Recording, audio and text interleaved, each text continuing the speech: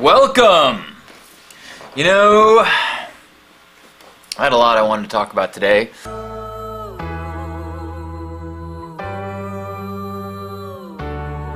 Service without sacrifice. It's something that I talk about a lot here because it's becoming a really guiding principle to me. For many years, I felt that service was something you did because you owed it to the world, something that you did because you received so many blessings, so in order to combat the guilt feeling of having so much, you give back. And understandably, from that place, giving back always felt kind of unpleasant to me. The whole act of doing it from guilt, the whole act of doing it because I should, tainted it. I would argue that it taints any actions like that, that people that are working for charities from a place of guilt would do everyone a service to kind of clear their energetic negativity from that place. To spread joy, you must be joy. You wouldn't want your doctor to be, wallowing in illness. You would want them competent of healing. So, there was a time in my life when I definitely felt like, it's interesting because a lot of people are drawn to do charity or good things because it is the easy answer to how can I find purpose in my life. That's a very challenging question, especially in the social construct that we have wrapped around us right now, that we are socialized into, which basically creates a consumer culture. And in a consumer culture, where is the meaning? Where is the purpose? So many of the things that we work towards, so many things that we put our energy into, so many things that we chase after and weigh ourselves and value ourselves on, so many of the labels, so many of our titles, so many of everything has to do with consumerism. And you don't have to read too far into any religion to recognize that consumerism is not a very deep path. Jesus said a camel would have an easier time getting through the eye of a needle than a rich man would get into heaven. I just saw a funny tweet by a tweet account called Almighty God, and who does these funny things, and it said the gay thing, creationism, those were literal. But the thing about giving away your stuff, that's just a metaphor.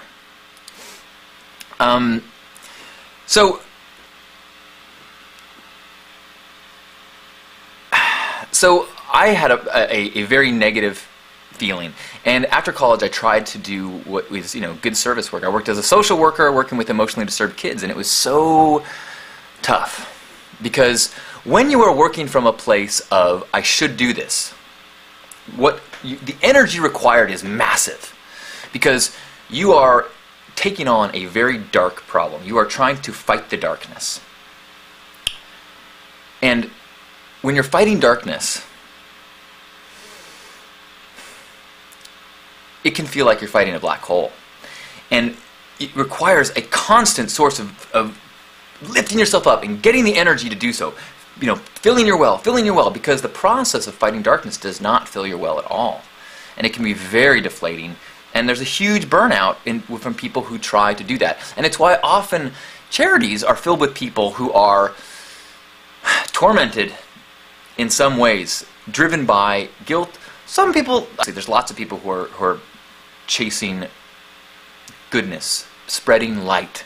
That's the difference. Fighting darkness, spreading light. So I made a decision back then that I was not cut out to fight darkness. I would instead spread light. Now, in the process of doing that, I was attacked a lot. People would always go, oh, hugs. Why don't you do something good for the world? Why don't you help the homeless or something like that? And I would always go, well, isn't there room for both? Don't we have to fight darkness and spread light? But, they had a point. And it took me 10 plus years of really seeing myself as, I'm a light spreader, not a dark fighter, before I was able to see those two as one thing. And that attacking darkness as someone who fights darkness versus someone who spreads light is merely a perception difference. And a lot of it has to do with your attachment.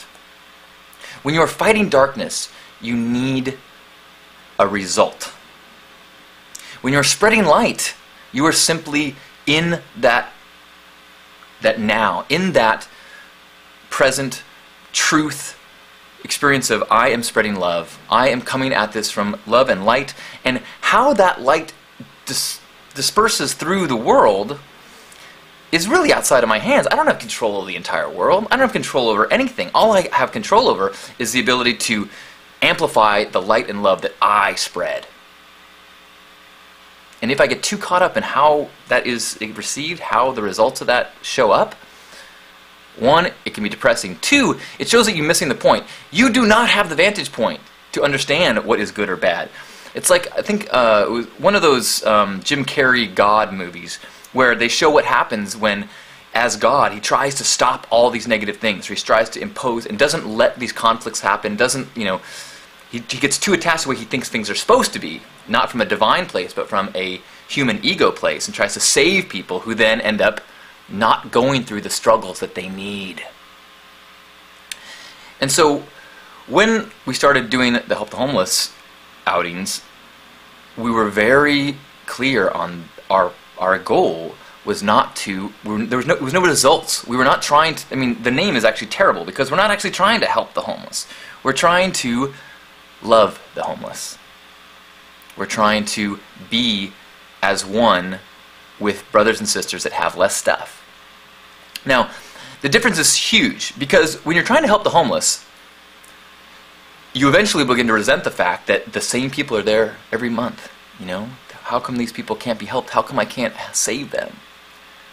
But if your results are in the hands of the divine, then your only responsibility is just to be compassionate. And then it is the results of that are triumphant regardless of what they look like. You can't judge it. There's things happening, in ways that we can't see and perceive. And you can know that cosmically, globally, locally, you are adding to the positivity. You are adding to the love. And that's it. That's all you need to be concerned about. You don't have to be concerned about, oh, did I make this happen? No. So, now, why did I say selfish service? Because when you can get into that frame of mind, when you can start working not from a place of guilt, but from a place of spreading love, then you have this positive feeling. Now, we are humans. We have a genetic need to strive. It's that, survival of the fittest in us that strives. You can see little kids.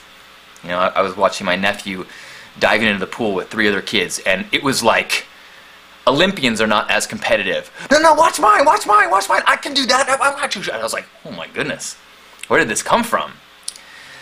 So our culture trains us to take that instinct and acquire resources and wealth and stuff and status and stuff like that. But, obviously the best case scenario is we are egoless and live as the Buddha. But most of us are kind of on a path towards that. Let's just say we'll always be on a path towards that.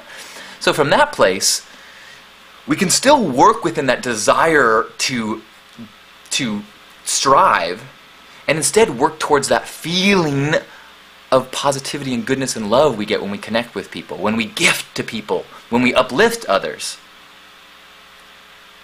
So that's what I mean by selfish service, going from that place of finding ways, finding a measuring stick of righteousness, of love, of compassion that makes you feel good when you actually act from that place. Not the results, the act. The being of that. And when you are being of that place of compassion, of love, or of the things that resonate with you, it feels good. It feels incredible, actually. It actually trumps almost anything else. It's why those wise people on their deathbeds always, question the amount of time they spent chasing the societal things. So when we can train ourselves and allow ourselves to have joy from these giving experiences, to feel joy when other people are helped, we snap out of that selfish acquisition and recognize, oh my gosh, the canvas of good that can happen that makes me feel good is the entire world. Every single person out there is a possibility for me to lift up, light up, elevate in some way, and in doing so, I feel better. So I don't have to go through the world of like, this is the thing I should do, but instead going, ooh, another opportunity to make myself feel better by making their day better. Oh, another opportunity, another opportunity, another opportunity. We get trained to think that service and sacrifice and do-gooding is this sacrifice thing that we should suffer. But when we can train our brain to recognize the blessings, the joy that we can get from living righteously, from walking in our ideals, it's such a bummer that we don't have more training in that. We train people to not get caught, instead of training people to be proud of taking the high road. We embrace winners, not sportsmanship. We say we do, but we don't. Look at our news. Look at our heroes. But when you can train yourself, when you can strip away the socialized patterns and measuring sticks and train yourself that peace of living according to your ideals, and then from that, it even gets deeper, I think, that when you strip away and when you are floating and living in those ideals, that is when the deep voice that guides you, the deep pull, it becomes clearer and clearer. You know what is towards love and what is towards fear. You know what is compassion and what is not. And it becomes clearer and clearer and clearer. And suddenly the pull to, but wait, I could make a lot more. Oh, but that's going to put this at risk. Those are the old measuring sticks. The new measuring sticks is selfishly performing service to bring myself joy as a reflection of the joy that I bring to the world. I am sitting in joy as we speak. Right now, the joy is... Hopefully you're feeling it. Hopefully just knowing that you and I and the people watching the archive and the people in the chat room are all surrendering, are all allowing this awareness to get stronger in us, be strengthened by the fact that we have more of us. You know how the idea of a standing wave, that there's a wave sound, and when you layer them on top of each other, the volume just goes whoom, whoom. That's us. That's the people, more and more and more, waking up every day. That is this new earth awakening of people going, yeah, no, the vibration that I in here is different than the one that is coming to me from the media, that it came from me from school, that came from me from my parents. This vibration, it's not quite as loud, it's not quite as like in your face, salty McDonald's, bah, bah, but it is so satisfying. It is so intricate and delicious. And I'm sitting at the table with amazing people. And that just amplifies each other. So thank you for amplifying this. Thank you for being in this moment, whether it is chronologically or as the release of the archive energy. Thank you. Let's have a hug. Grab yourselves by the shoulders. And then as we grab this flesh rocket ship, this collection of cells assembled into communities, assembled into tasks, assembled into organs, assembled into systems, we recognize and acknowledge and appreciate how they interact and work and keep us alive and vibrant and perceiving and receiving. We don't need to understand it, we just need to appreciate it. But we recognize that this collection of cells is not what we are. Neither is the personality that we take through the world. The collection of beliefs and fears and desires that steer us through the socialized game of commerce and of measuring sticks that no longer appeal to us. We can play that game all we want, but recognize it's a game. Who we are is so much deeper. Who we are is one thing, one connected organism. Each of us a cell in that larger system, just as the cells inside us make up something larger. And each cell is amazing, each cell is perfect, each cell does its role. None is more important than another. And as one, we can simply marvel at the opportunity to experience this gift. Marvel at the interconnectedness of it all. And every single person we meet, no matter how caught up they are in their story, in their socialization, in their wacky sense of acquisition values, we know deep down they are exactly like us, sharing the same divine spark, filled with the same vibration. It might be incredibly muted and covered up with layers and layers and layers, but when we gaze at anyone on TV, in the car next to us, try to see that vibration inside.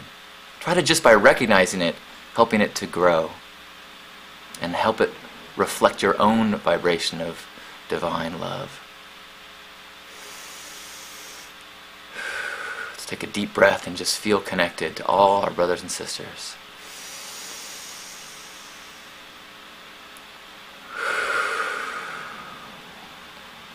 On behalf of Grandpa Caleb and all the Love Warriors, Happy Hug Nation, I love you.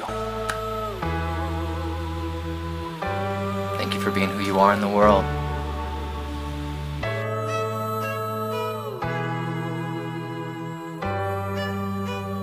You only live once. Enjoy the color.